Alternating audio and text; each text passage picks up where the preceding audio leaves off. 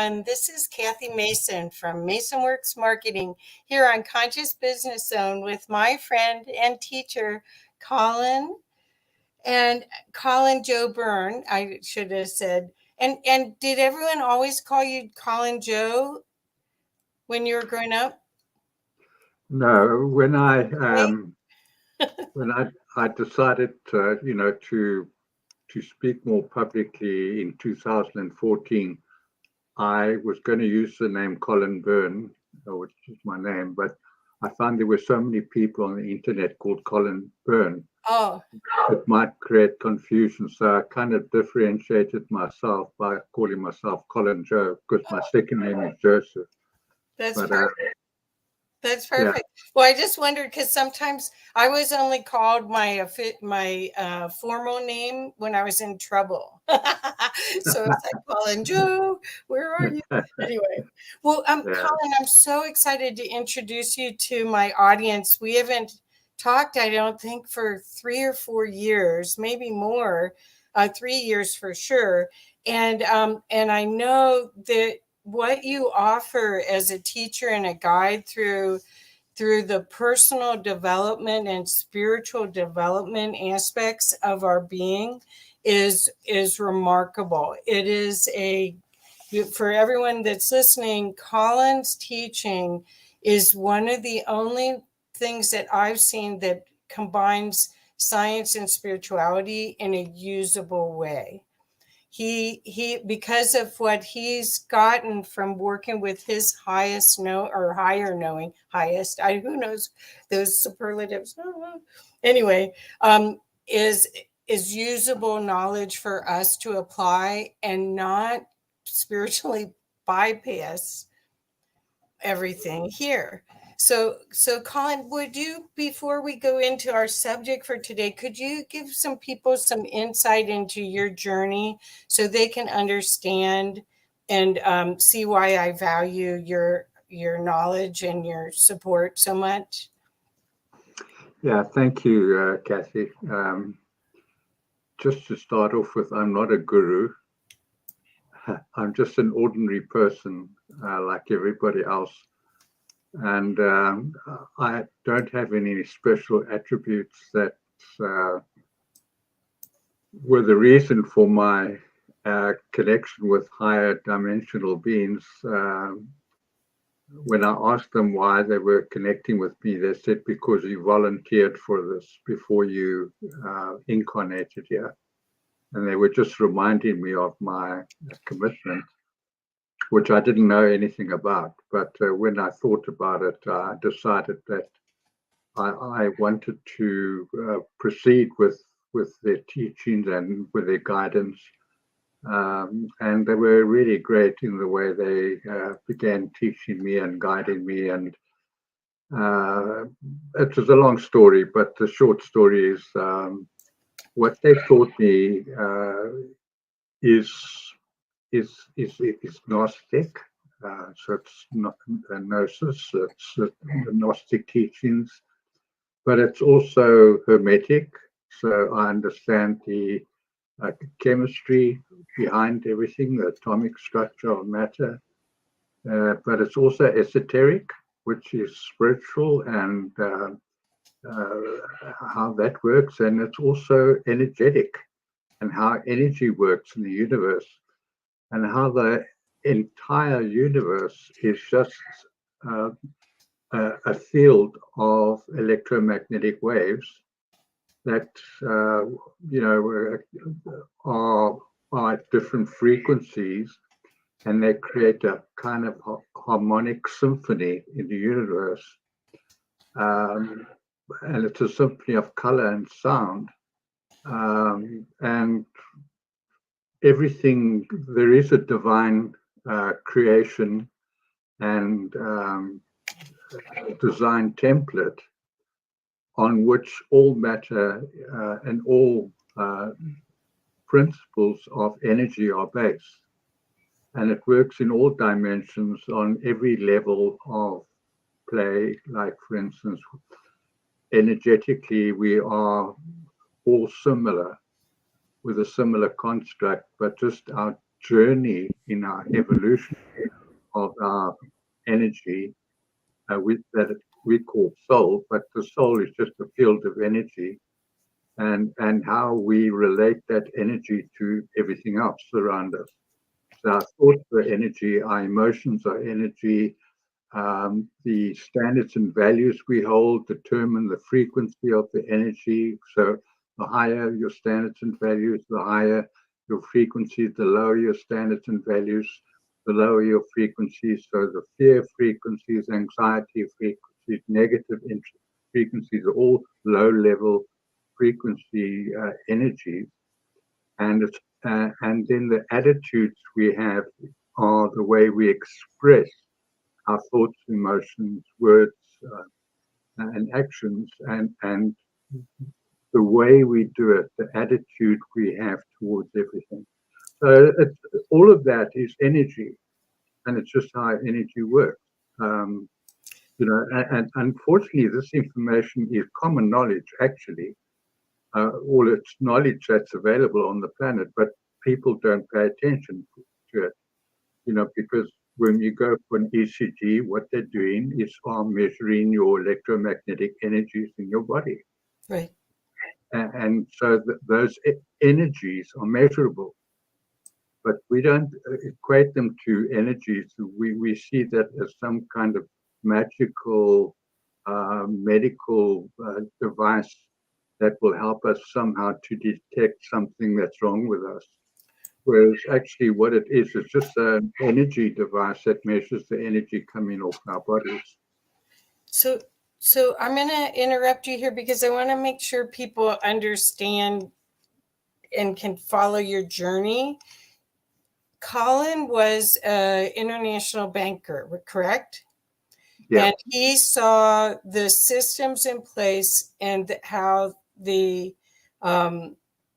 lack of morality and a lack of virtues were being perpetrated, and decided, I better do something. Meanwhile, he's riding motorcycles and right, you were having a good time, and something, you had a encounter with your higher knowing. Could you share a little bit about that? Because you were going along playing the game like everyone else is in this play, and something woke you up. And I think that would really be helpful for people to understand your perspective and how you got there and how you can bring these truths to us to get us out of the dream.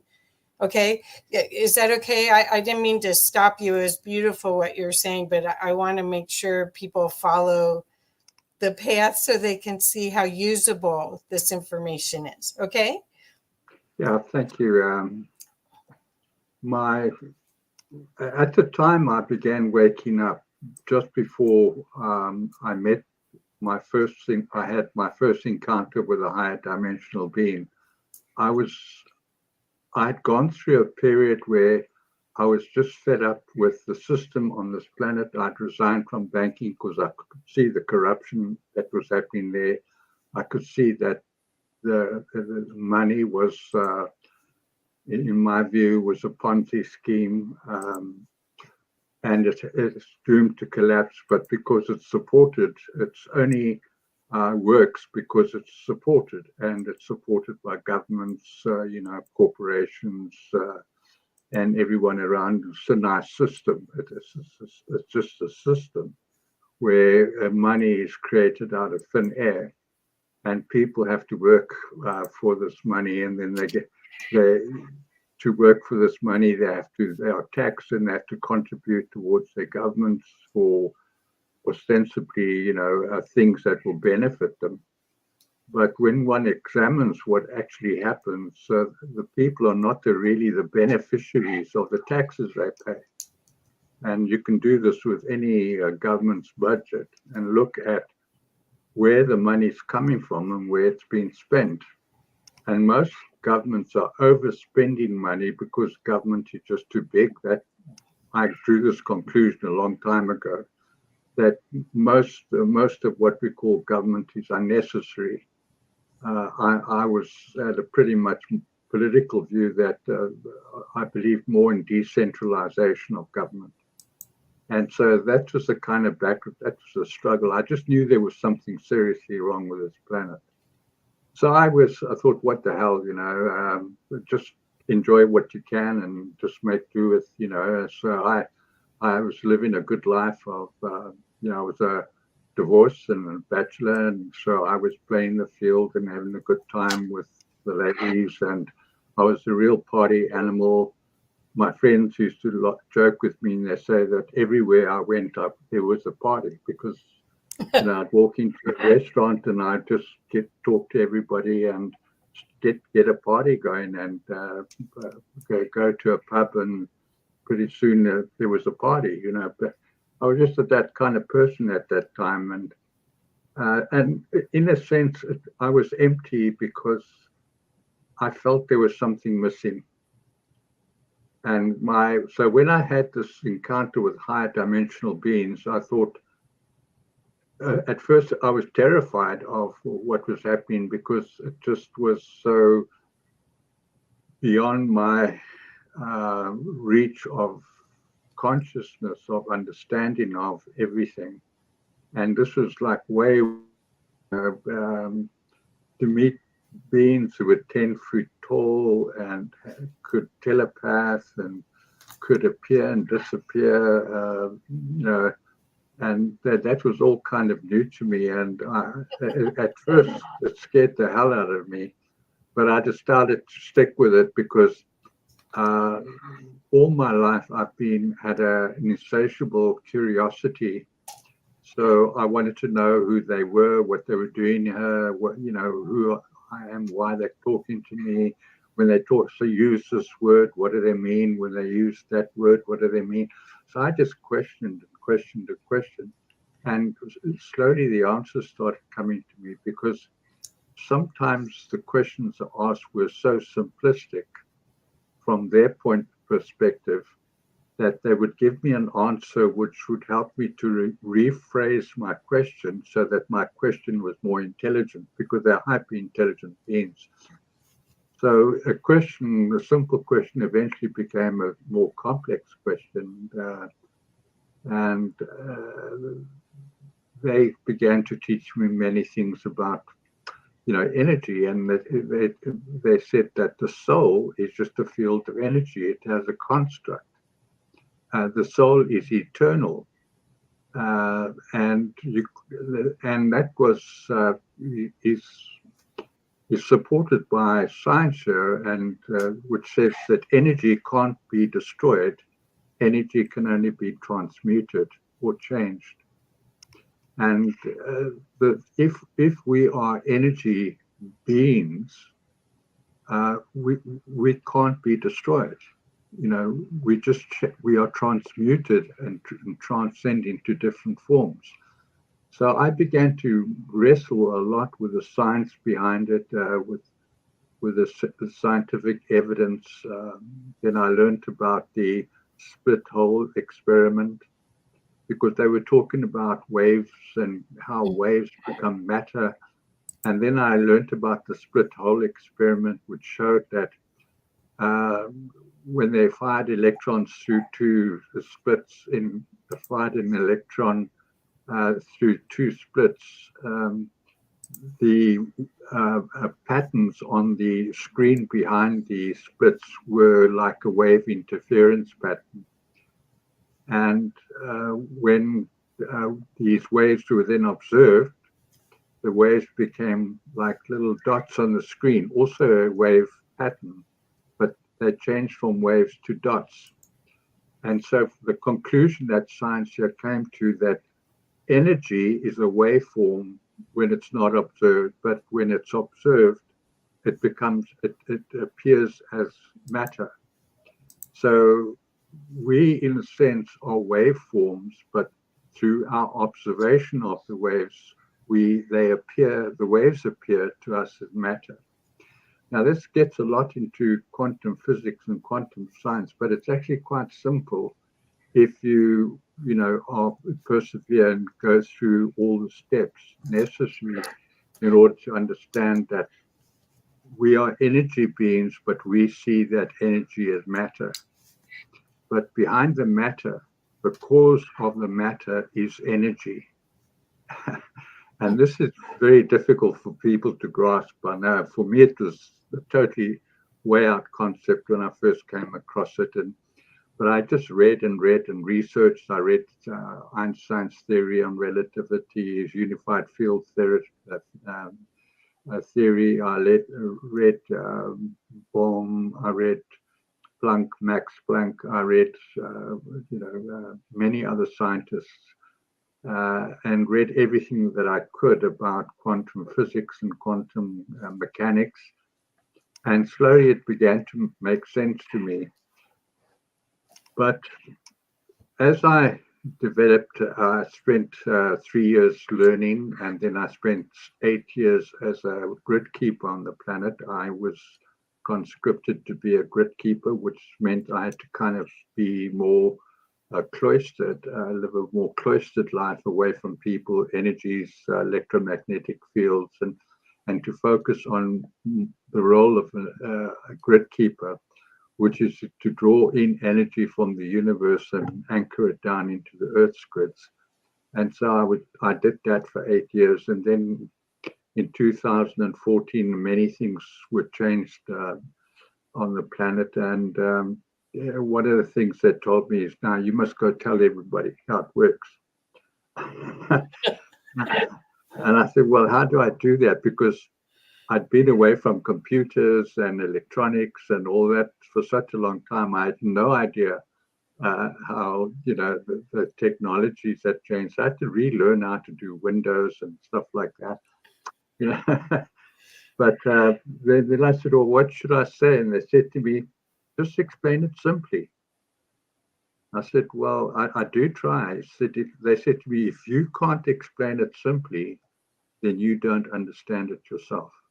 And if you don't understand it yourself, come and ask, and we will tell you. So that's basically how I started, by explaining as simply as I could, very advanced universal energy concept, but I tried to digest it down into little bite-sized pieces so that anybody can understand it. And when I speak about soul, I don't only explain what the soul is, I explain the construct, I explain how it works, I explain how it has an energy generation system within it, it has an energy transmission system, it has an energy distribution system, and like the energy generation is by a Merkaba field. And then I explain the vortex mechanics behind Merkabas, the counter-rotating nature of these triangular structures like pyramids, and how the structure creates leverage, because when they move in certain ways, in certain speeds, they create a certain leverage and it creates energy. And that energy gets transmitted from the soul to the body through our chakra system. Most people know about 7 chakras, but we actually have 15 chakras. So I teach about how all these chakras refer to the multi-dimensional nature of the universe, because the nature is there are 15 dimensions in the universe. So we have 15 chakras. Each chakra relates to a specific dimension. And what is that? It's all about the frequency, like a piano note on a piano. If you play the note A, say that note A has a specific meaning. And if you play the next note, which is B flat, you go from A to B flat, you go up and you change the frequency of the sound. So it begins to vibrate a little faster from B. And there's a relationship between the notes A and B flat and B. And then I explain how these relationships are important in terms of how they create energy.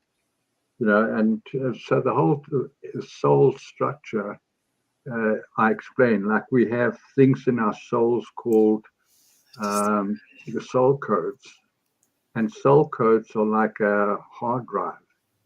And what we have in our computers, um, the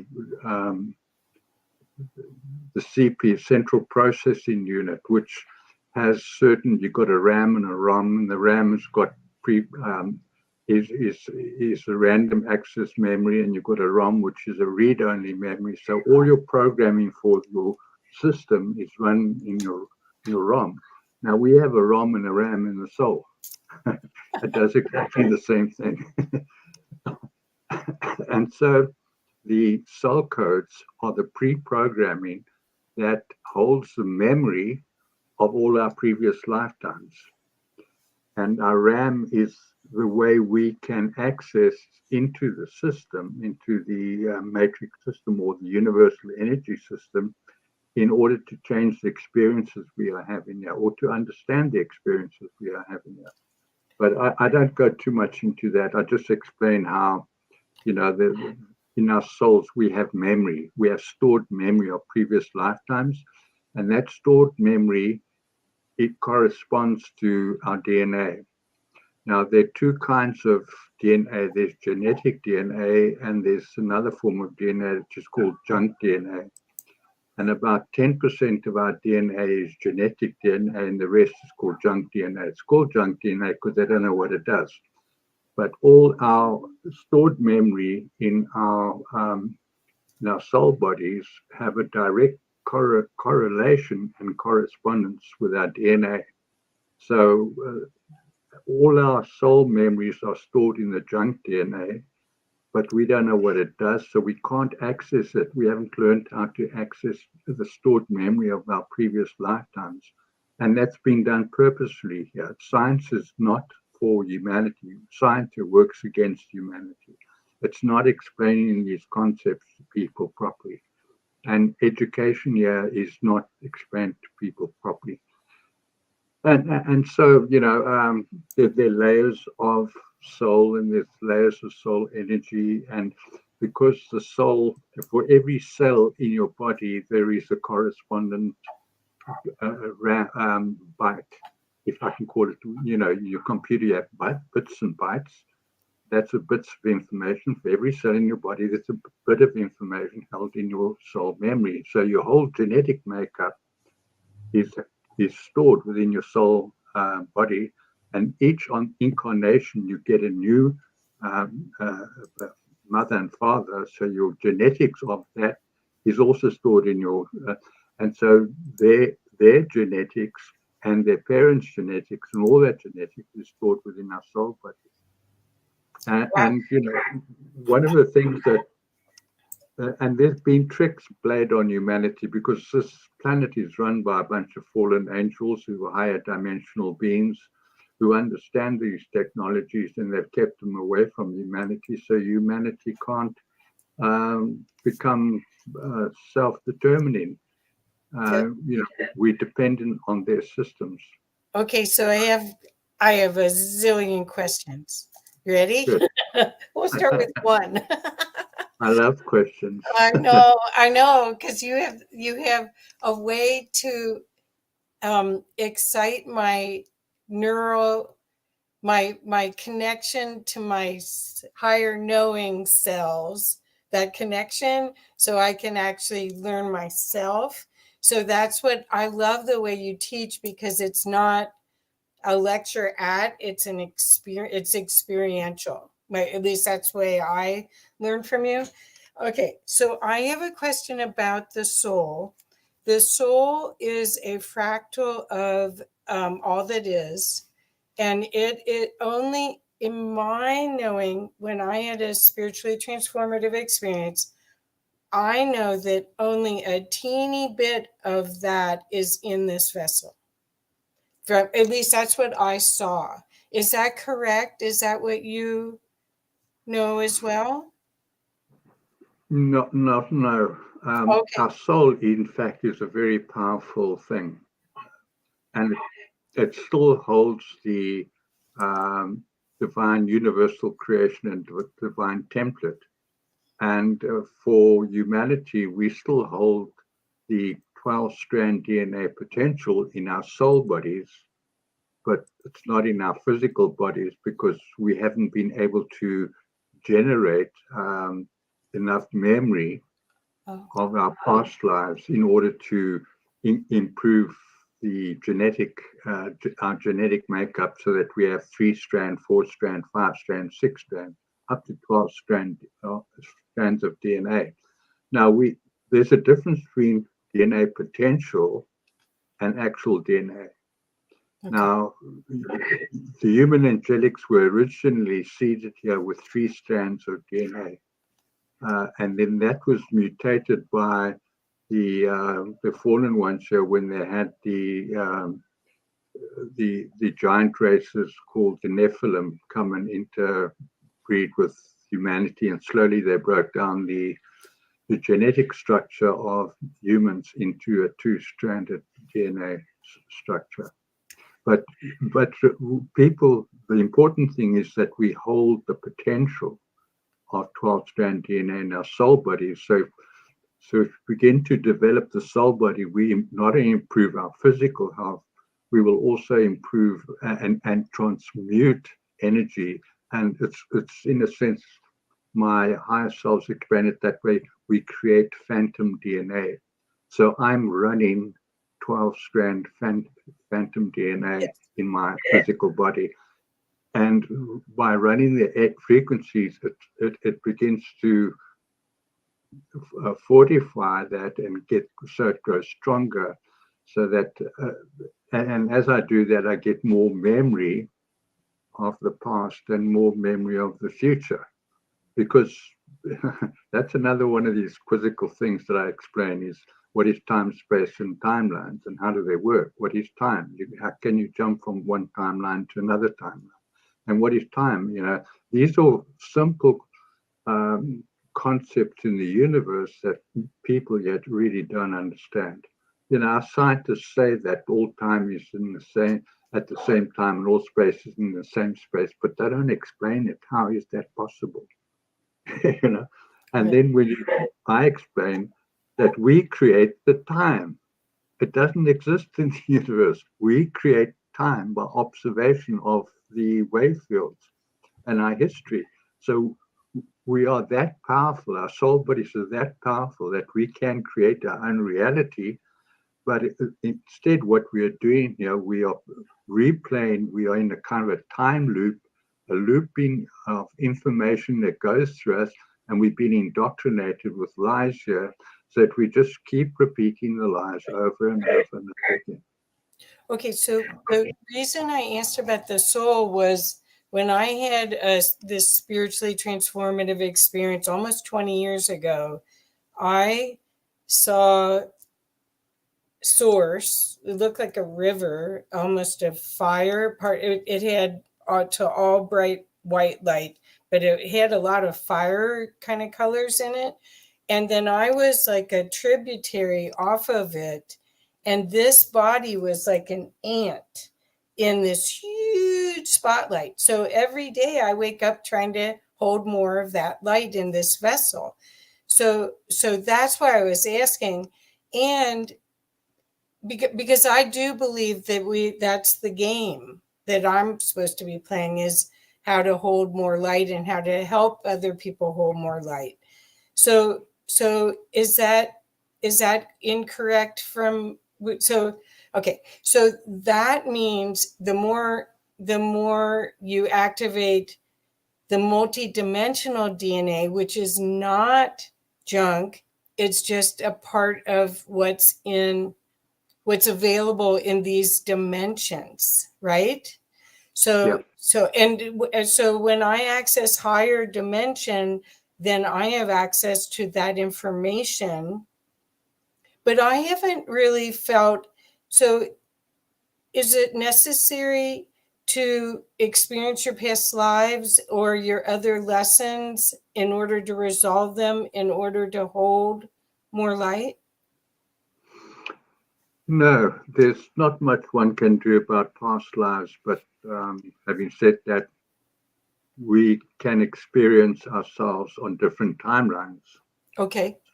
So we are experiencing a timeline of which we have conscious memory of here, but there are also parallel timelines running Right. where our consciousness has the potential to be stationed. So, in fact, we can change our past by raising our frequencies. So that changes our past as well. Okay. That's sort of what we're going through now. We're going through a time blending exercise where our frequencies are being raised so that our old timeline begins to fade and we go into remembering the new timeline, which changes the past. Okay. Okay. So I have another question for you about soul and about communication to soul, because in my work, I get to help people connect to their soul in order to do part of their soul mission, whatever they chose. And a lot of times I'm used as a conduit, I'm kind of out of the way and their soul comes through me. And, and I was at a event where there was a medium there. And then we all went to dinner afterwards. This was just a couple weeks ago. And someone asked her, "Can you speak to your soul?" And I right away said, "Yes," because I believe you can. And she said, "No." And she had gone to all these fancy schools in England and all over the place. Her pedigree, her resume was amazing. And I found myself going, let her talk. Because maybe I was supposed to be sitting there to learn something, but it was so contrary to this whole experience. If it isn't to hold more of soul body fusion, what is this experience for? Yeah. Yeah, every thought you think and every emotion you feel is your soul. We we tend to suffer from a myopic view of what reality is, and we get our sense of reality from the physical matter world, the material world, the carnal world, the things we can see and touch and smell. But it's very difficult for us to understand that we have thoughts. Where does that thought come from? Who's thinking the thought? Are you the thinker or is the thought the thinker? So we get into these philosophical kind of discussions that denies the actual existence of the soul, and it denies the very nature of our being, which is eternal. And so, but to get to that state of consciousness that we are not mortal beings. Mortal beings is what we are being told we are.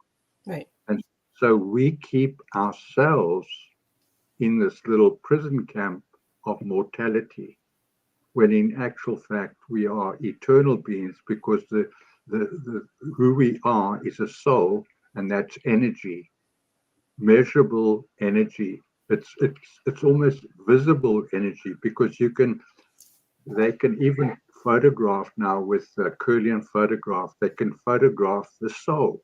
Right. It's an aura around us, and it's visible energy, and it has different colors. Each color is in the light spectrum is a frequency. Green works at a certain frequency. It emits a certain frequency. Blue emits a certain frequency. You go through all the color spectrum. Each color has a unique frequency. So what we are seeing when we see this aura of people, we're seeing the frequencies that they are running in their soul bodies that represent their thoughts and emotions. Perfect. Perfect. So I want to ask a question from an empath's or a sensitive's point of view. You previously today you were talking about what I would call us creating our own hologram. That we, if we know how, and if we so choose, we can control our experience here. But this is the but question. Um, we're going through a time period where the photonic energy is forcing evolution. And I believe, and I don't know where I got this, I just believe it, that we're all getting more sensitive. I've already been sensitive my whole life, but I think everyone's going to be an empath, which will help us get to the new world, because once we see the connection. But in this interim time, with all of the disasters and the souls leaving physical, do you have a recommendation of how to deal with it, or how to not numb out? Because I think that's actually part of the game, has been to numb us out, to not connect in a compassionate way with others. But is there something you could share about this evolution? I mean, the earth is alive. It is changing. It doesn't necessarily need us. It's pure love. It's let us abuse it. Um, but we're watching disasters happen that are either made by the evil ones, or made by idiots, basically. Yeah. But I'm asking, how do we navigate this without going a little nuts, or losing our balance? Let's put it that way, emotional balance. Yeah. Well, it's a difficult road. It's a road that I've been through, and so I know the difficulty of it. But I was told early on in my waking up, because I was doing something called deflection. I was deflecting, taking responsibility of what was happening to me. I was still indoctrinated into the blame game. You know, it's God's fault that this happened, and it's government's fault that this is happening, and it's always somebody else's fault. It's got nothing to do with me, what's happening. That was the consciousness that I had at the time. And so slowly but surely, my higher selves began to let me see that for me to change my hologram, I have to make a commitment and take responsibility for my thoughts and emotions. And that is a difficult thing for people to do, because most people think, oh, I had this feeling, so I did this. Oh, this person made me angry, so I slapped him. So I gave that other person my power, and by getting angry, so I slapped them. That's just a stupid blame game that people play. And when people take personal responsibility for their feelings, so if somebody offends you, you can deflect that. You can say, I don't feel offended. Because in order to, if I feel offended, then that shows I'm trying to defend something. And what am I defending? And I don't have to defend anything, because I just am not offended. And so I began to understand that other beings, other people around me are just a reflection of me, and that if I want them to have the same experience as me, I have to take that responsibility and give myself the experience first, so that others can have the same experience as me. It's no good. I'm not a person trying to tell people how to do things. I'm trying to show people how to do things. Perfect. You know, through the way I live. So when, often I have people around me arguing, and I just think, well, that's their right. They have a right to argue if they wish to, but I don't want to be involved in that. I take responsibility for the way I feel, the way I think, and let other people get on with their own lives. But surely, and there is a key thing that people should understand, that souls are vibrating energy beings. The frequencies are because of vibration. And if you take a tuning fork, and you take two tuning forks and you bang one and you hold the two in your hand, the second tuning fork that you never vibrated or anything will begin to vibrate as well. resonance. So we when we are vibrating at higher frequencies, we pass that frequency through wave support by what they call wave coherence. So we are passing on coherent waves onto other people. When other people feel it, they begin to vibrate. And that's how we change this world, one person at a time. But I can't change this world by expecting someone else to do it and just do what I say. I've got to do it. Each of us had to take that responsibility. Okay. And that's the hardest thing. People want to say it's someone else must do it. Project it. People want to project it. But I believe that everything's in your field for a reason, for your learning and growth, even though it could be frustrating or painful, emotionally painful, but it wouldn't be there unless you're supposed to experience it, or you wouldn't see it unless you have it. That's the other part of it, is you recognize it, and then you try not to project it to somebody else. But it's a full-time job. Oh yeah. Look, it's not for sissies, really. It's only for the tough, doughty-hearted people who are serious about changing this planet. Well, so what happens though? I'm going to go back and to ask, because I love your answers, and it expands the conversation so much, every answer you've given me. So I'm going to have to go back and watch this again to get it all. But the question I have was about being the observer of suffering, and how to be empathic or be compassionate for suffering, but to not be overwhelmed by it. Do you have a suggestion for that? Because our soul, somehow I think that's part of this growth. Do you agree? Yeah, it's very tough, because what we tend to do is we tend to have this savior complex that we want to make it better for everybody else. And it should be the exact opposite. We need to make it better for ourselves. And when we make it better for ourselves, we automatically make it better for each other.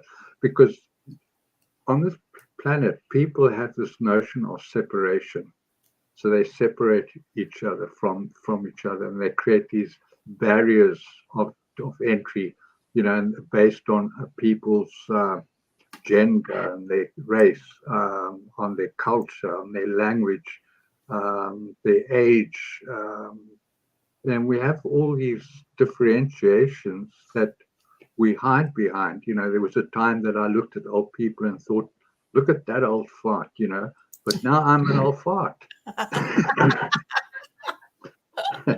And I can't understand why I was so critical of older people when I was younger. When now I'm old and I'm thinking to myself, I was a young fart then.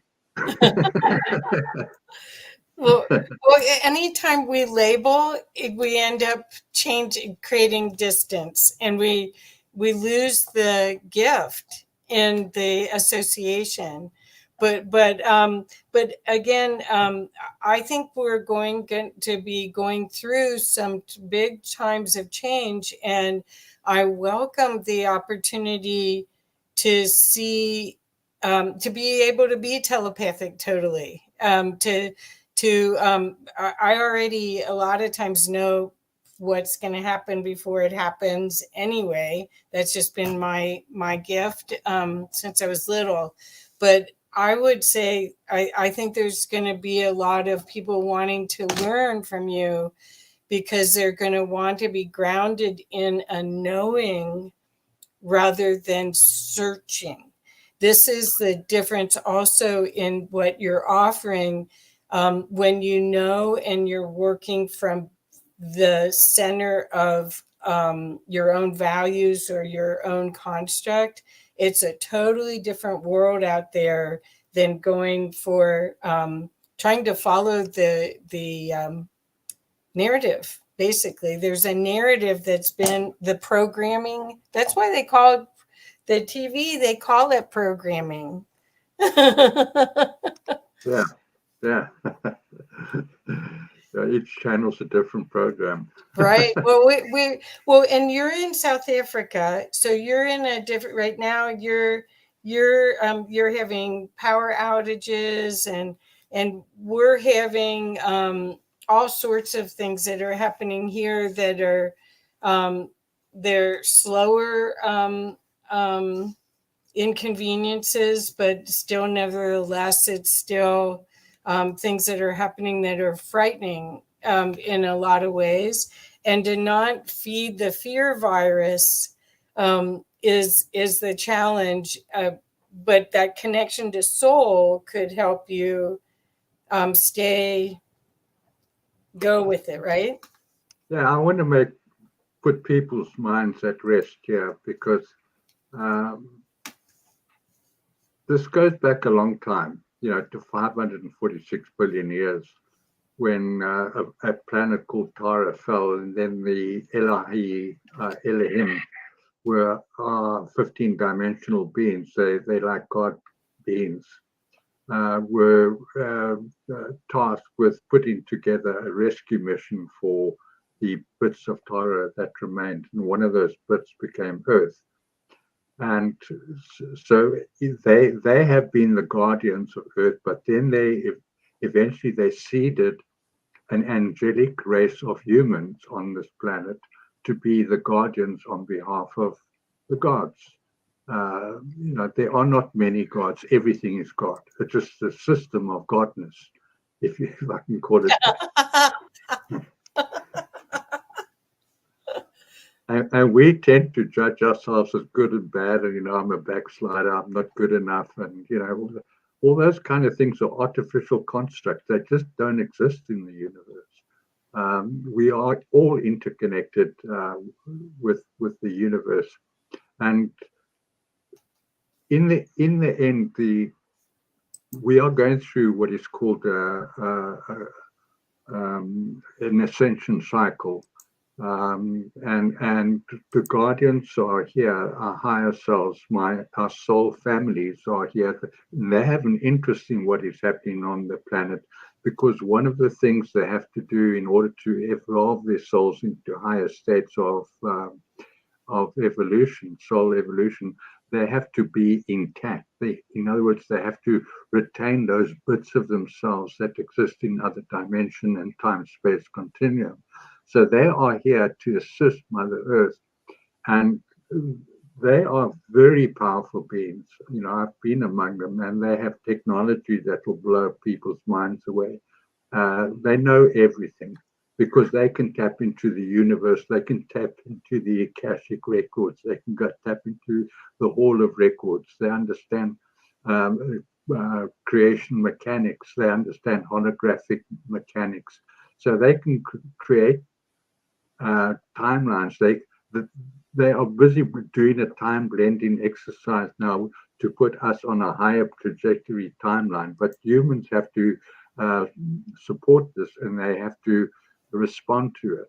That's what responsibility is ability to respond. And that's what this great awakening is all about. People are responding to the information that's coming through, because it's all designed as a part of a master plan for Earth and its people, and all souls on Earth, animal, vegetable, mineral, everything is a soul. It's an energy field. All of this is going to transform and transmute into a higher state of consciousness, and we'll leave the fallen angelic realms behind. But there is a process that we have to go through in order to make that happen, and we are going through that process now. And I explain to people how, which part of the process we're in now. We're in the fifth chakra process.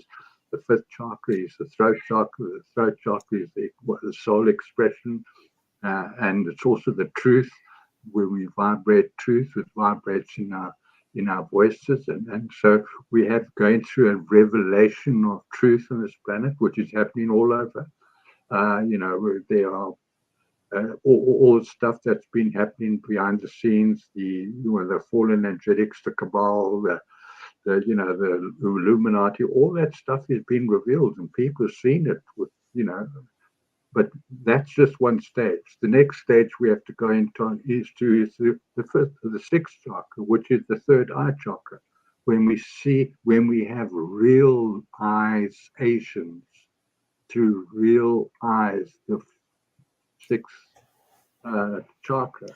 And then we'll go into the seventh chakra.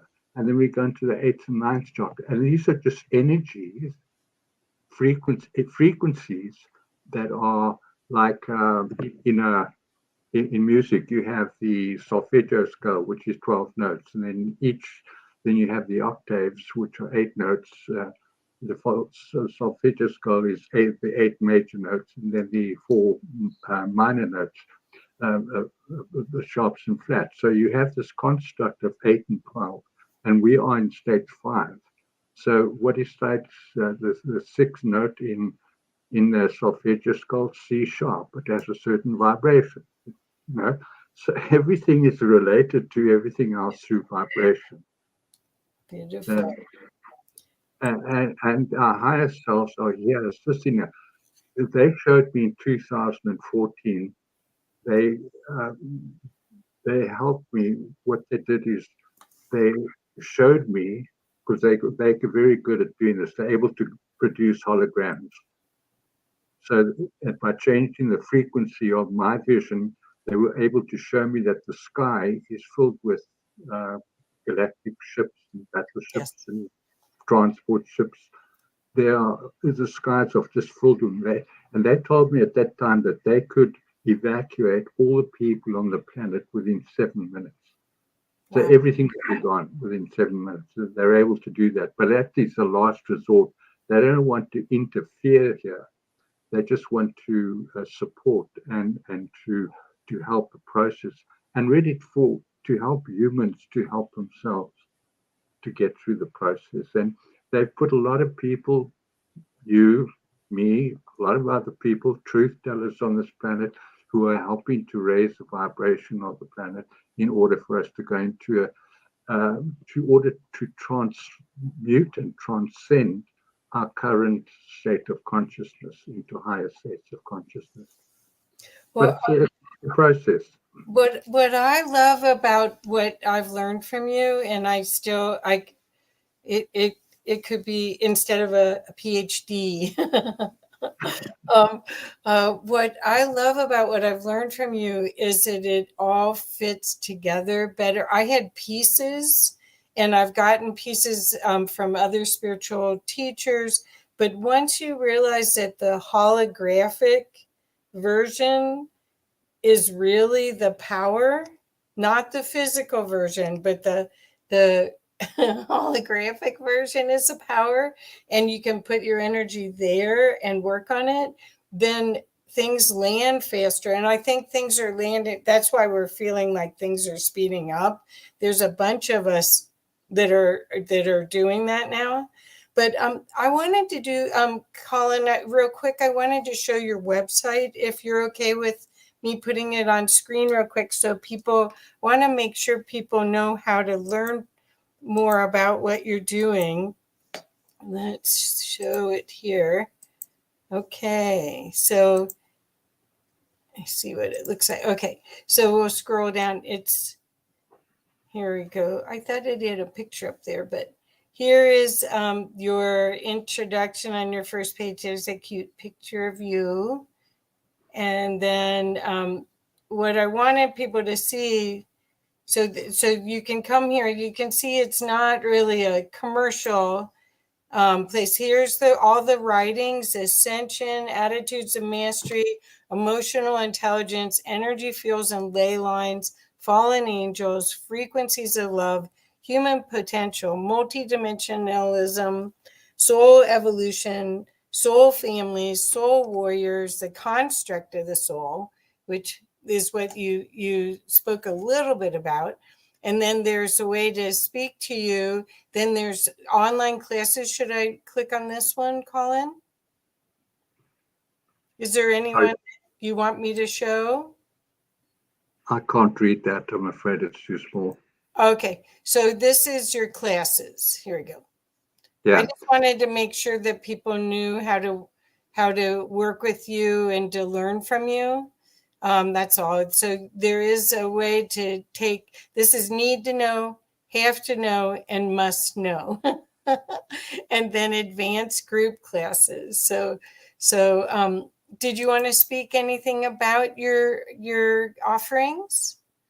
Yeah, my website's got a ton of information. In fact, if somebody's serious about wanting to know this, the information that I bring, you'll find it all on my website, which is free. But then I go into detailed explanations of a lot of that in the courses that I take.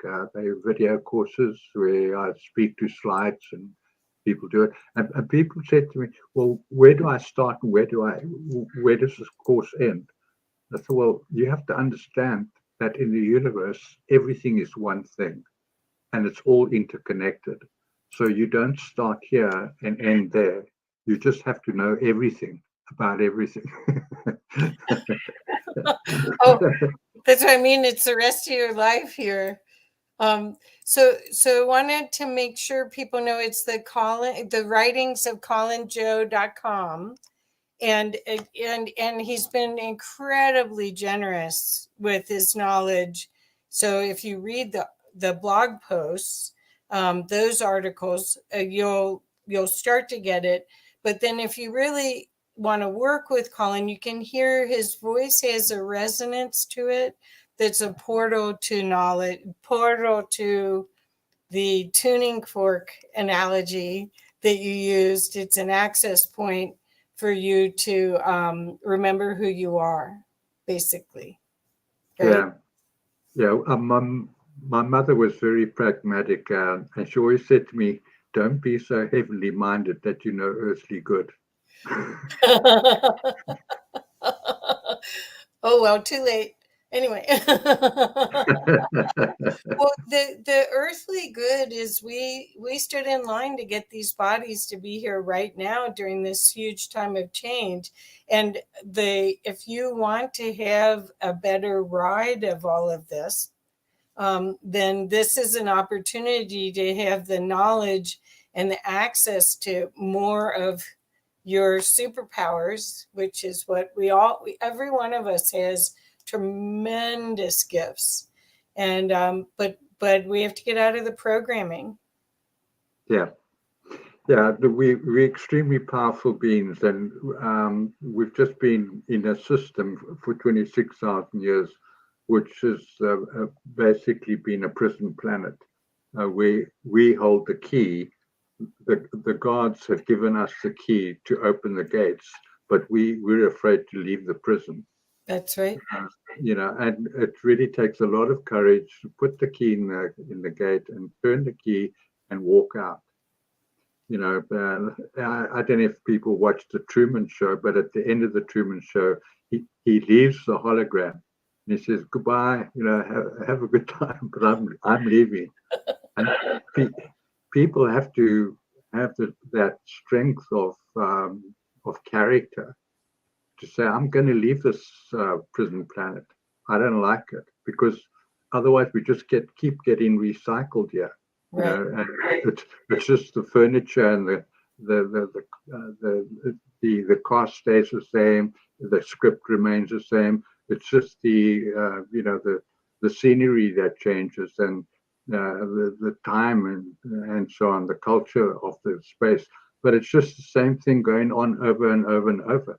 And if that's what people are happy with, they must remember that if you keep doing what you're doing, you get what you always got. Right. Right. And it takes a radical change of consciousness to stop experiencing what you always got. And to take that, your future, into your own hands by grasping the present and saying, in this present moment now, I take responsibility for everything that happens to me, that happens in my life, and I'm going to make things happen. Things are not going to happen to me. Right. Right. So it's a whole different way to exist. This is This is a whole different way that allows you to be powerful, joyful, creative, highly participatory, but in a way that you choose rather than being led led by the narratives, and make your own narratives, because that's what we came. This was supposed to be a playground. They kind of messed it up, but let's grab it back. So, well, Colin, I'm sorry we're out of time, but we'll have to do this again. I hope, because of course we could talk about 100 subjects, but the soul, we could come back and talk about that some more too, because you have so much insights into how people can work with their soul and how they can enjoy that participatory experience and gain a lot for themselves and for all of their environment. So the best way to find you is to go to your website. Is that correct? Yeah, the people can contact me by email on my website, but I'm also on Facebook, and people can find me there. And if they want to message me and set up a meeting to have a chat, then I'm for that. I have a couple of rules about being contacted. I don't like being contacted about frivolous stuff, like what color dress should I wear to the prom? Do people do that? Just whatever color you want. Oh, well, yeah, I don't think we're talking about asking small questions. It's more about the questions would be to go deeper on any of the subjects. If you read something and you really starts the wheels turning and you don't know how to integrate the information, that's when speaking with Colin is just like a way to land it all. So thank you so much. Thank you. And bless the work you're doing. And thank you for coming back out to play. We missed you. I missed you.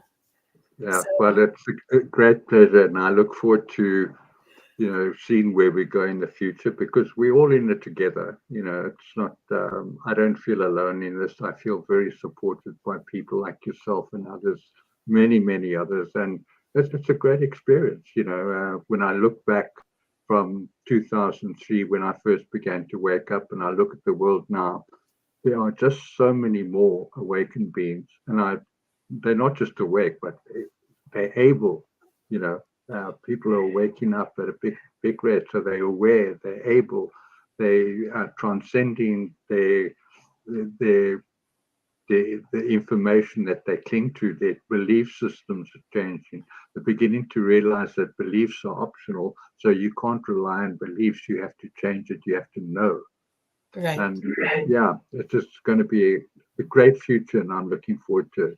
Yes.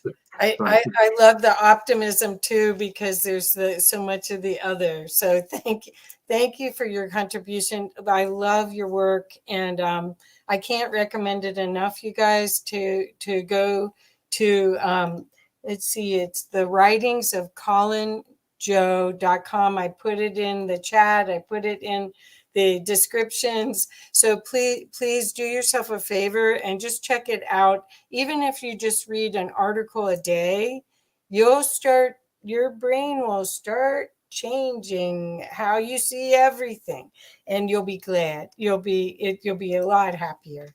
So thank you, Colin. Hopefully we get to do this again soon. Yes, likewise, Kathy, and thank you for inviting me. Bless you. Bless you. Appreciate it. Bye-bye. Bye-bye.